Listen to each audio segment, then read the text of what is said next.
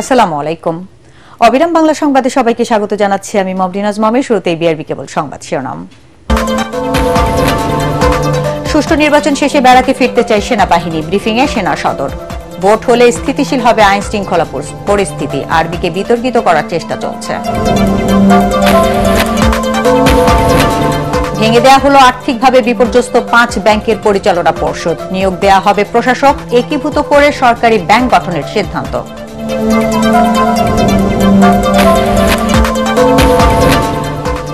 ঝালকাঠির কাঠালিয়া চিংড়িখালী বিদ্যালয়ে জরাজীর্ণ ভবনে জীবনের ঝুঁকি নিয়ে চলছে শিক্ষা কার্যক্রম, উৎকণ্ঠায় শিক্ষক, শিক্ষার্থী ও অভিভাবকরা।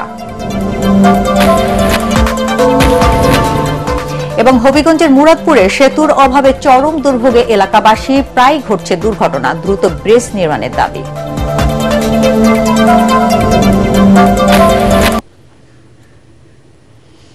শুনছিলেন বিআরবি কেবল সংবাদ শিরোনাম, এবার বিস্তারিত। নির্বাচনের জনসংযোগের সময় গুলিবিদ্ধ হয়েছেন চট্টগ্রাম মহানগর বিএনপির আহ্বায়ক ও চট্টগ্রাম 8 আসনে বিএনপি মনোনীত প্রার্থী এরশাদুল্লাহ। এতে যুবদল কর্মী সারোয়ার হোসেন বাবলা নিহত হয়েছেন। এ ঘটনায় তীব্র নিন্দা ও গভীর উদ্বেগ প্রকাশ করে বিবৃতি দিয়েছে অন্তর্বর্তী সরকার। এদিকে হামলা অমানবিক ও নৃশংস উল্লেখ করে নির্বাচনকে বাধাগ্রস্ত করতে এই হামলা বলে জানিয়েছেন বিএনপি মহাসচিব মির্জা ফখরুল ইসলাম আলমগীর। এদিকে চট্টগ্রামের রাউজানে আরেক সন্ত্রাসী হামলায় গুলিবিদ্ধ হয়েছেন 5 বিএনপি কর্মী। চট্টগ্রামের আবুল হাসনাতকে সাথে নিয়ে আসিফুর রহমান সাগরের রিপোর্ট। চট্টগ্রাম শহরের চালিতাতলী খন্দকার পাড়ায় নির্বাচনী জনসংযোগকালে শুরু হয় অতর্কিত গোলাগুলি। এতে গুলিবিদ্ধ হন চট্টগ্রাম 8 আসনে বিএনপি মনোনীত প্রার্থী এরশাদুল্লাহ সহ 3 জন। ঘটনাস্থলে মারা যান যুবদল কর্মী সরোয়ার হোসেন বাবলা। প্রত্যক্ষদর্শীরা জানায়, ঘটনাস্থলে কয়েকজন যুবক হঠাৎ মোটরসাইকেল এসে সরোয়ার হোসেন বাবলার পিঠে অস্ত্র ঠেকিয়ে কয়েক রাউন্ড গুলি ছোড়ে। ঘটনাস্থলে সরোয়ার মাটিতে লুটিয়ে পড়েন। মুহূর্তেই পুরো এলাকায় আতঙ্ক ছড়িয়ে পড়ে। ঘটনার পর আহত এরশাদুল্লাহ সহ 2 জনকে চট্টগ্রামের বেসরকারি এভারকেয়ার হাসপাতালে আনা হয়। এ সময় চিকিৎসকরা এরশাদের কর্মী সরোয়ার হোসেন বাবলাকে মৃত ঘোষণা করেন। চিকিৎসাধীন রয়েছেন আরেক কর্মী শান্ত, তবে এরশাদুল্লাহর অবস্থা আশঙ্কামুক্ত।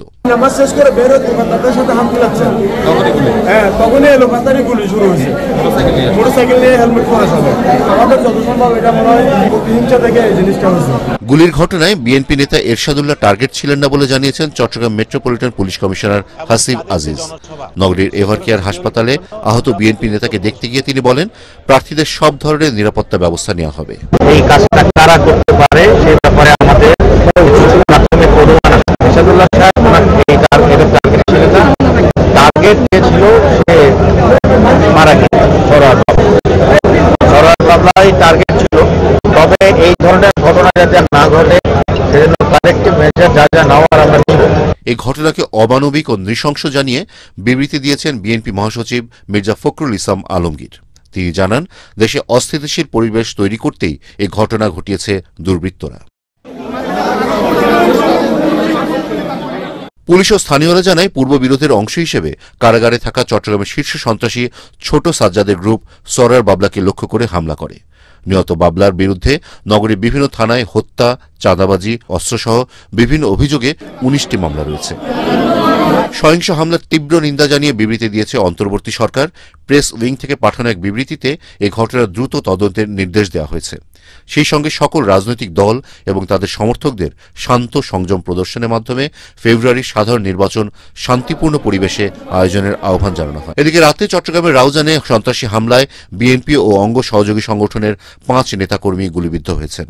রাউজান বাগওয়ান ইউনিয়নের কুইয়াপাড়া চৌধুরীপাড়া এলাকায় এ হামলার ঘটনা ঘটে। ঐতিহাসিক বিপ্লব ও সংহতি দিবস পালনের উপস্থিতি সভা শেষে বাড়ি ফেরার পথে 7-8 জন সশস্ত্র সন্ত্রাসী এ হামলা চালায়। গুলিবিদ্ধ রাউজান উপজেলা শ্রমিক দলের সাধারণ সম্পাদক আবদুল্লাহ সুমনের অবস্থা আশঙ্কাজনক বলে জানা গেছে। আসিফুর রহমান সাগর, এটিএন বাংলা। অবাধ, সুষ্ঠু ও নিরপেক্ষ নির্বাচন শেষে ব্যারাকে ফিরতে চায় সেনাবাহিনী। নিয়মিত ব্রিফিংয়ে সেনাবাহিনীর GOC ad hoc lieutenant general Mohammad Mainur Rahman বলেন, কিছু স্বার্থন্বেষী মহল সেনাবাহিনীকে নিয়ে মিথ্যা, বানোয়াট এবং উদ্দেশ্য প্রণোদিত অপপ্রচার চালাচ্ছে। আগামী নির্বাচনে 90,000 থেকে 1 লাখ সেনা সদস্য নিয়োজিত থাকবে বলেও ব্রিফিংয়ে জানানো হয়। বিস্তারিত জিএম তসলিমের রিপোর্টে। আমরা প্রথমেই ঢাকা সেনানিবাসের স্টাফ রোডের মেস এতে নিয়মিত কার্যক্রম নিয়ে সংবাদ সম্মেলন করে সেনা সদর। ব্রিফিংয়ে সাংবাদিকদের প্রশ্নের জবাবে জিওসি আরডক জানান, সামাজিক যোগাযোগ মাধ্যমে অপপ্রচার রোধে সেনাবাহিনী আগের চেয়ে অনেক বেশি সোচ্চার। মিথ্যা অপবাদকে দূর করতে সত্য প্রতিষ্ঠাই যথেষ্ট বলেও জানান তারা। সোশ্যাল মিডিয়ার প্রচারণাকে আমরা এর বিরুদ্ধে কিছু করাটা আসলে খুব প্রয়োজন আছে বলে আমি মনে করি না। যদিও আমাদের নিজস্ব ওয়েবসাইট আছে, আমরা কি করছি আমরা সেখানে উল্লেখ করি। মিথ্যাকে বিতাড়িত করার জন্য সত্যই যথেষ্ট, এবং আমরা সত্য দিয়েই সেটাকে প্রমাণ করতে চাই, আমরা কাজের মাধ্যমে প্রমাণ করতে চাই। নির্বাচন হলে দেশে স্থিতিশীলতা ফিরে আসবে বলে মনে করে সেনাবাহিনী। জনগণের মতো সেনাবাহিনীও চায় অবাধ, সুষ্ঠু ও নিরপেক্ষ নির্বাচন। বাহিনীর নিয়মিত ট্রেনিংয়ে নির্বাচনী দায়িত্ব পালনের প্রশিক্ষণ অন্তর্ভুক্ত করা হয়েছে বলেও জানান তিনি। দেশের জনগণের মতো সেনাবাহিনীও চায় আমাদের বর্তমান যে সরকার যেভাবে রূপরেখা প্রণয়ন করেছেন সেই রূপরেখা অনুযায়ী একটা অবাধ, সুষ্ঠু এবং গ্রহণযোগ্য নির্বাচন অনুষ্ঠিত হোক। সেই রূপরেখার মধ্যে তো সময়সীমাও দেওয়া আছে। আমরা আশা করি যে নির্বাচন হলে দেশের স্থিতিশীলতা আরো ভালো হবে, আইন শৃঙ্খলা পরিস্থিতি ধীরে ধীরে স্বাভাবিক হবে এবং সেনাবাহিনী তখন সেনানিবাসে ফিরে যেতে পারবে। আমরা সেটার দিকে তাকিয়ে আছি। সীমান্ত দিয়ে দেশের বিভিন্ন জায়গায় অস্ত্র প্রবেশ করছে, এ নিয়ে উদ্বেগের কথা জানিয়ে সেনাবাহিনীর সদস্যরা সতর্ক রয়েছে বলে জানান director military operation brigadier general Dewan Mohammad Manzur Hossain. ব্রিফিংয়ে আরও জানানো হয়, ইতিমধ্যে লুট হওয়া ৮১ ভাগ অস্ত্র উদ্ধার করা হয়েছে। কিছুদিন আগে আমরা গোয়েন্দা তথ্যের ভিত্তিতে বিমানবন্দর রেলওয়ে স্টেশনে একটি তল্লাশি অভিযান চালাই এবং বিপুল পরিমাণ আগ্নেয়াস্ত্র এবং গোলাবারুদ উদ্ধার করতে সক্ষম হই। এই গত 2 সপ্তাহে আমাদের পরিচালিত অভিযানের মাধ্যমে উদ্ধারকৃত শতাধিক ককটেল বাংলাদেশ সেনাবাহিনীর বম্ব ডিসপোজাল দল নিষ্ক্রিয় করেছে। এদিকে গুমের অভিযোগে গ্রেফতার হওয়া সেনা কর্মকর্তাদের সম্পর্কে জানানো হয়, সেনা ও আইসিটি অ্যাক্ট দুটি বিশেষ আইন, এই 2 আইনকে মুখোমুখি করা ঠিক হবে না। আমরা আইনের প্রতি শ্রদ্ধাশীল। দেশের যে প্রচলিত আইনগুলো আছে সেটার মধ্যে যেভাবে বিচার হবে, আমরা চাইবো যে সরকার একটি স্বচ্ছ প্রক্রিয়ার মাধ্যমে বিচারটি সম্পূর্ণ করবে। সেই সাথে আমি এটাও বলতে চাই যে যারা গুম খুনের শিকার হয়েছে তাদের পরিবারের প্রতি এবং তাদের প্রতি আমরা সহানুভূতিশীল, এবং একই সাথে আমাদের যারা অফিসাররা আছেন তাদের যে রাইটস আছে, রাইটস অ্যান্ড প্রিভিলেজেস, সেটার সম্পর্কেও আমরা ওয়াকিবহাল আছি এবং আমরা সেটার ক্ষেত্রেও সরকারের সাথে যোগাযোগ রাখছি। সরকার যেভাবে ভালো মনে করবে সেভাবেই অভিযুক্ত সেনা সদস্যদের বিচার প্রক্রিয়া চলবে বলেও জানায় সেনা সদর। ধন্যবাদ সবাইকে। আসসালামু আলাইকুম। G M Taslim, ATN Bangla, Dhaka. আর্থিকভাবে বিপর্যস্ত 5 ব্যাংককে অকার্যকর ঘোষণা করে ভেঙে দেওয়া হয়েছে পরিচালনা পর্ষদ। সংবাদ সম্মেলনে governor doctor Ahsan H Mansur জানিয়েছেন, গেজেট প্রকাশ করে এসব ব্যাংককে শীঘ্রই প্রশাসক নিয়োগ করা হবে। ব্যাংকগুলোয় 2 লাখ টাকার আমানতকারীরা চলতি মাসের শেষে টাকা তুলতে পারবেন বলেও জানান তিনি। গভর্নর আরও জানান, এই 5 ব্যাংককে একীভূতকরণ করে গঠন করা হবে সরকারি ব্যাংক। ইমদাদুল্লাহ বাবুর রিপোর্ট। অবশেষে অকার্যকর প্রতিষ্ঠান ঘোষণা করে আর্থিকভাবে বিপর্যস্ত 5 ব্যাংকের পরিচালনা পর্ষদ ভেঙে দিল বাংলাদেশ ব্যাংক। বুধবার ফার্স্ট সিকিউরিটি ইসলামী ব্যাংক, গ্লোবাল ইসলামী bank PLC, union bank, Exim bank এবং সোশ্যাল ইসলামী ব্যাংক কর্তৃপক্ষকে চিঠি পাঠিয়ে এই সিদ্ধান্তের কথা জানিয়েছে কেন্দ্রীয় ব্যাংক। বাংলাদেশ ব্যাংক ভবনে সংবাদ সম্মেলনে গভর্নর আহসান এইচ মনসুর জানিয়েছেন, বৃহস্পতিবার থেকে এসব ব্যাংক পরিচালিত হবে প্রশাসক দিয়ে। অব্যাহত থাকবে ব্যাংকের কার্যক্রম, লোকবলও ছাঁটাই করা হবে না। এই 5 ব্যাংকের 7 শতাধিক শাখায় প্রায় 75 লাখ গ্রাহকের আমানত রয়েছে জানিয়ে গভর্নর তাদের অর্থ ফিরিয়ে দেওয়ার সুসংবাদও দেন। 2 লক্ষ টাকার মধ্যে যারা আছেন তারা 100% টাকাই তুলতে পারবেন। আমরা আশাবাদী এই মাসের শেষ নাগাদ যদি তারা চায় তাদের হাতে দিতে পারবো। আমি ডিপোজিটরদের উদ্দেশ্যে বলবো, আপনারা যেটুকু প্রয়োজন সেটুকুই তুলবেন। 2 লক্ষ টাকা আছে বলে যে 2 লক্ষ টাকায় তুলে ফেলতে হবে তাও না। তবে দুঃসংবাদ দেন ব্যাংকের শেয়ার হোল্ডারদের। শেয়ার হোল্ডার ইজ এ ওনার, তাই না?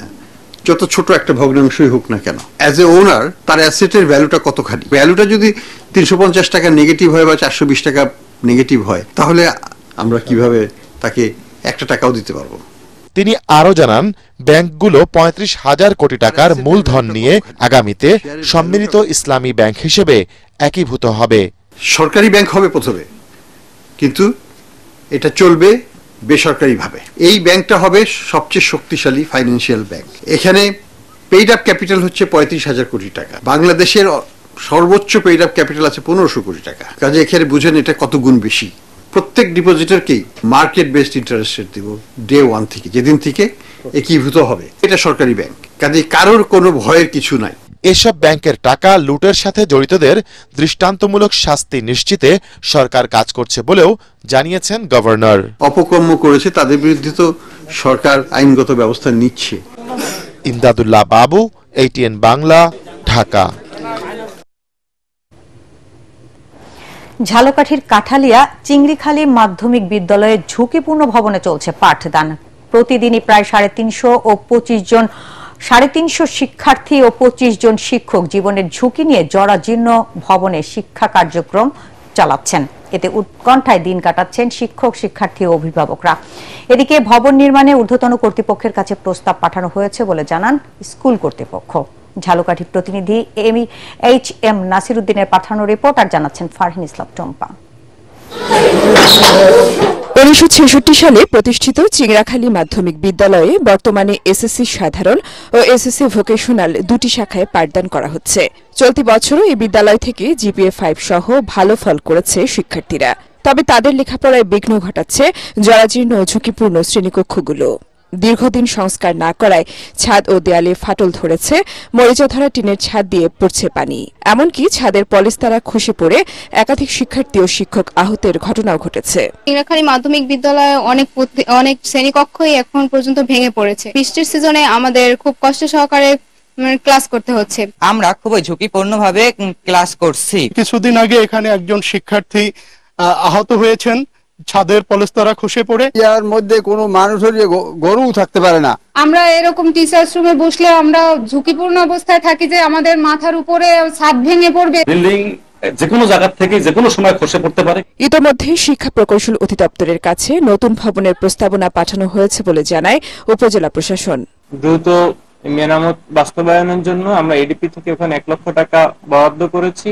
সেই কার্যক্রম চলমান আছে। শিক্ষা প্রকৌশল অধিদপ্তরে আমরা উপজেলা থেকে এখানে একটা নতুন ভবন এবং জরাজীর্ণ ভবন মেরামত করার জন্য পত্র প্রেরণ করেছি। দাপ্তরিকভাবে এই বিষয়টি আমরা ঊর্ধ্বতন কর্তৃপক্ষকে জানিয়েছি। বিশেষ করে 2025 সালের মার্চ মাসের দিকে আমরা শিক্ষা প্রকৌশল অধিদপ্তরের মাধ্যমে এবং উপজেলা নির্বাহী অফিসার মহোদয়ের মাধ্যমে আমরা একটা তালিকা উন্নয়নমূলক কাজের জন্য আমরা শিক্ষা প্রকৌশল অধিদপ্তরে পাঠিয়েছি। দ্রুতই নতুন ভবন নির্মাণের দাবি শিক্ষার্থী, শিক্ষক ও অভিভাবকদের।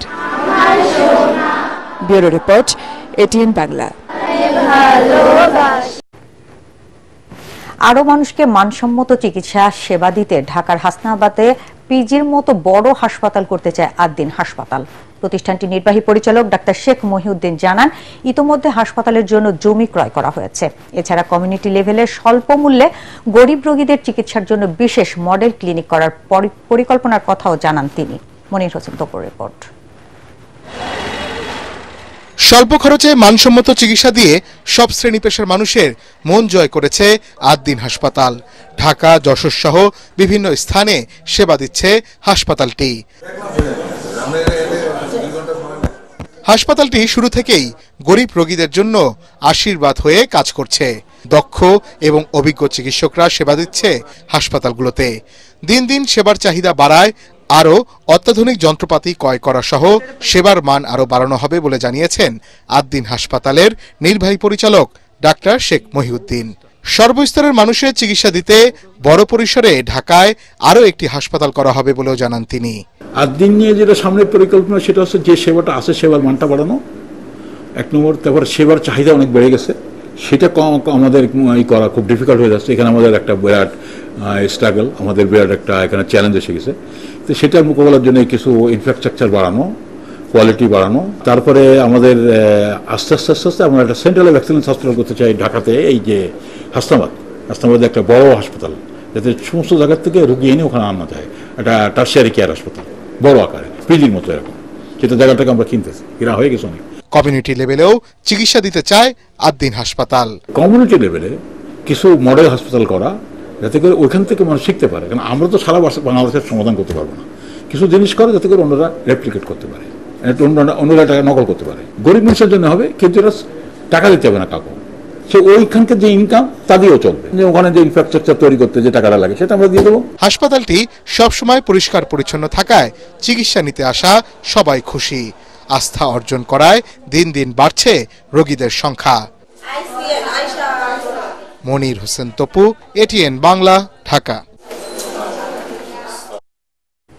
হবিগঞ্জের বানিয়াচক উপজেলার মুরাদপুরে একটি ব্রিজের অভাবে দুর্ভোগে কয়েক হাজার মানুষ। মাত্র 100 মিটার ব্রিজের অভাবে খাল পারাপারে প্রায় ঘটছে দুর্ঘটনা।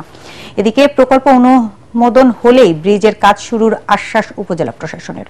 হবিগঞ্জ প্রতিনিধি আব্দুল হালিমের পাঠানো রিপোর্ট আর জানাচ্ছেন ফারহান ইসলাম টম্পা। বানিয়াচং উপজেলার মুরাদপুরের কুমরি দুর্গাপুর খালের ওপর এই বাঁশের সাঁকো দিয়েই প্রতিদিন পারাপার করেন কয়েক হাজার গ্রামবাসী। তারা জানান, মুরাদপুর থেকে শিবপাশা রোডে যাতায়াতের একমাত্র এই বাঁশের সাঁকোটি পারাপারে ব্যাপক ভোগান্তিতে পড়তে হয় শিক্ষার্থী, নারী, শিশু ও বয়স্কদের। মালামাল পার করতেও হয় বাড়তি বিড়ম্বনা। এছাড়া প্রায় ঘটে দুর্ঘটনা। বৃদ্ধ, পুরুষ, মহিলা এরা খুব সমস্যা। অনেক বয়স্ক মানুষ পরে তারা প্রতিবন্ধী হয়ে গেছে, পঙ্গু হয়ে গেছে। পার্শ্ববর্তী এলাকাতে যে সুবিধা ভোগ করতেছে রাস্তাঘাটের, এই সুবিধা আমরা ভোগ করতে পারিনি। আমাদের যে ছোট বাচ্চারা বই নিয়ে ব্যাগ নিয়ে পানি তৈরি গেছে, আর ওটাই তো। এছাড়া আমাদের আর বিকল্প রাস্তাও নাই। উপজেলা প্রকৌশল অফিস জানায়, কুমরি দুর্গাপুর খালের ওপর ব্রিজ নির্মাণের প্রস্তাবনা এরই মধ্যে নেওয়া হয়েছে। প্রকল্পে অনুমোদন হলেই এর কাজ শুরু হবে। আমরা দেখার পরে ফিজিবিলিটি সার্ভে করি। ফিজিবিলিটি সার্ভে করার পরে আমরা অনূর্ধ্ব 100 মিটার একটা প্রকল্পতে আমরা ডিপিপিতে ইনলিস্ট করে দিয়েছি।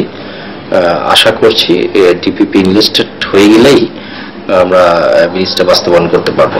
দ্রুতই বাঁশের সাঁকোর স্থলে ব্রিজ নির্মাণ করে তাদের দুর্ভোগের অবসান করা হবে, এই দাবি স্থানীয়দের। Bureau report, ATN Bangla. মৌলভীবাজারে শুরু হয়েছে মণিপুরীদের ঐতিহ্যবাহী মহারাস উৎসব। কমলগঞ্জের মণিপুরী অধ্যুষিত গ্রাম ও পাড়াগুলোতে এই রাস উৎসব দেখতে ভিড় করছেন দেশি বিদেশি দর্শনার্থীরা। উপজেলার মাধবপুরে জোড়া মণ্ডপে বিষ্ণুপ্রিয়া সম্প্রদায়ের 183তম এবং আদমপুর মণিপুরী কালচার কমপ্লেক্স প্রাঙ্গণে ময়েতি সম্প্রদায়ের 40তম মহারাস উৎসব অনুষ্ঠিত হচ্ছে। আয়োজকরা জানান, 1842 সালে এখানে প্রথম মহারাস উৎসব অনুষ্ঠিত হয়। এই প্রবর্তক ছিলেন মণিপুরের রাজা ভাগ্যচন্দ্র। মণিপুরীদের ঐতিহ্যবাহী নৃত্যর পোশাকে নেচে গেয়ে কৃষ্ণ বন্দনা চলে ভোর পর্যন্ত। এদিকে উৎসবকে ঘিরে প্রশাসনের পক্ষ থেকে নেওয়া হয়েছে পর্যাপ্ত নিরাপত্তা ব্যবস্থা।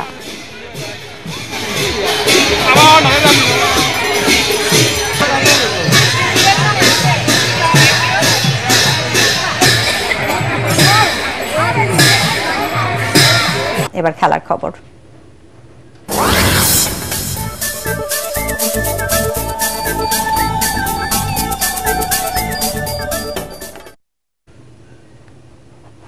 উয়েফা চ্যাম্পিয়ন্স লিগে ব্রুসিয়া ডর্টমুন্ডকে 4-1 গোলে হারিয়েছে ম্যানচেস্টার সিটি। আরেক ম্যাচে 3 বার পিছিয়ে পড়েও শেষ পর্যন্ত ক্লাব ব্রুগার বিপক্ষে 3-3 গোলে সমতা নিয়ে মাঠ ছাড়ে বার্সেলোনা। এছাড়া কায়রাতকে 2-1 গোলে হারিয়েছে ইন্টার মিলান। রিপোর্ট করছেন এসএম আশরাফ। সাম্প্রতিক পারফরমেন্স, ক্লাব ঐতিহ্য সব বিভাগেই ফেভারিট হিসেবে মাঠে নামে বার্সেলোনা, কিন্তু বেলজিয়ামের ক্লাব কাঁপিয়ে দেয় কাতালানদের। যদিও বল দখলে এগিয়ে থাকে হানসি ফ্লিকের দল, কিন্তু পাল্টা আক্রমণে 6ষ্ঠ মিনিটেই বার্সার জাল কাঁপিয়ে ব্রুগাকে এগিয়ে নেন নিকোলা ট্রেসোল্ডি। 2 মিনিটের মধ্যে ফেরান তোরেস সমতায় ফেরায় অতিথিদের। 17 মিনিটে আবারও এগিয়ে যায় বেলজিয়ামের ক্লাবটি। এবার প্রতিপক্ষের জালে বল পাঠান ফোর্বস।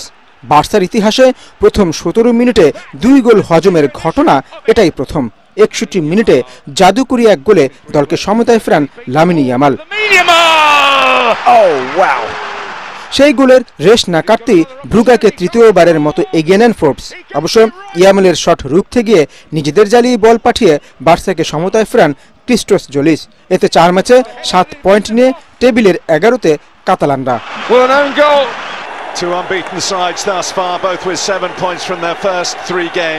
আরেক ম্যাচে বরুসিয়া ডর্টমুন্ডের বিপক্ষে কোনো প্রতিরোধের মুখে পড়তে হয়নি ম্যানচেস্টার সিটিকে। 22 মিনিটে ফিল ফোডেনের গোলে উৎসবের শুরু। 7 মিনিট পরে সিটির পক্ষে ব্যবধান দ্বিগুণ করেন আর্লিং হল্যান্ড। এ নিয়ে এবারের চ্যাম্পিয়ন্স লিগে প্রথম 4 ম্যাচেই গোল করলেন নরওয়ের এই স্ট্রাইকার। বিরতির পর ফিল ফোডেনের দ্বিতীয় গোলে 57 মিনিটে ব্যবধান 3-0 করে ম্যানচেস্টার সিটি। দলের হয়ে চতুর্থ গোলটি রায়ান চেরকির। SM Ashraf, ATN Bangla. শেষ করার আগে বিআরবি কেবল সংবাদ শিরোনাম আরেকবার। সুষ্ঠু নির্বাচন শেষে ব্যারাকে ফিরতে চায় সেনাবাহিনী, ব্রিফিং এ সেনা সদর। ভোট হলে স্থিতিশীল হবে আইন শৃঙ্খলা পরিস্থিতি, আর্মিকে বিতর্কিত করার চেষ্টা চলছে। ভেঙে দেওয়া হলো আর্থিকভাবে বিপর্যস্ত 5 ব্যাংকের পরিচালনা পর্ষদ। নিয়োগ দেওয়া হবে প্রশাসক, একীভূত করে সরকারি ব্যাংক গঠনের সিদ্ধান্ত।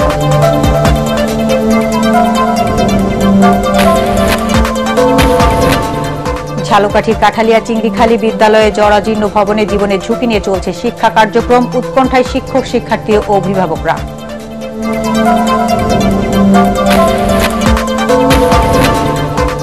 এবং হবিগঞ্জের মুরাদপুরের সেতুর অভাবে চরম দুর্ভোগে এলাকাবাসী, প্রায় ঘটছে দুর্ঘটনা। দ্রুত ব্রিজ নির্মাণের দাবি।